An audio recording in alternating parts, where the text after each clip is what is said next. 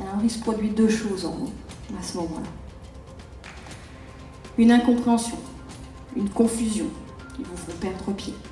Parce que vous êtes tellement surpris que vous restez sans voix, sous le choc sonné. Vous essayez de trouver du sens à cette attaque soudaine qui se déclenche bien souvent sans aucune raison.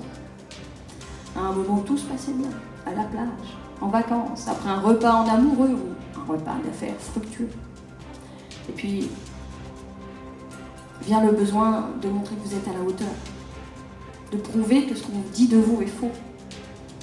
Donc vous tentez de vous justifier, de calmer l'autre, de le rassurer, de vous excuser. Même si vous ne savez pas pourquoi vous devez vous excuser. Vous cherchez du sens à tout ça. Et comme quelqu'un qui passe des heures sur un puzzle pour trouver la bonne pièce, vous ne lâcherez pas cette histoire. Tant que vous n'aurez pas compris ce qui se passe et trouvé la pièce manquante de votre puzzle, alors vous vous accrochez. Vous vous excusez, vous vous taisez, ou vous obéissez. Pour comprendre, pour avoir la paix, pour y arriver, par amour, pour sauver la relation, que sais-je. Et tout redevient beau. C'est la lune de miel. Ça vous fait dire « Oh, je me suis trompée, tout va bien ». Et puis on vous isole, doucement, l'air de rien. Votre mère fume trop, c'est pas un bon exemple pour les enfants.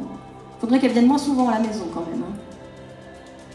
Et puis votre collègue, la Nadine, elle est vraiment pas très intelligente.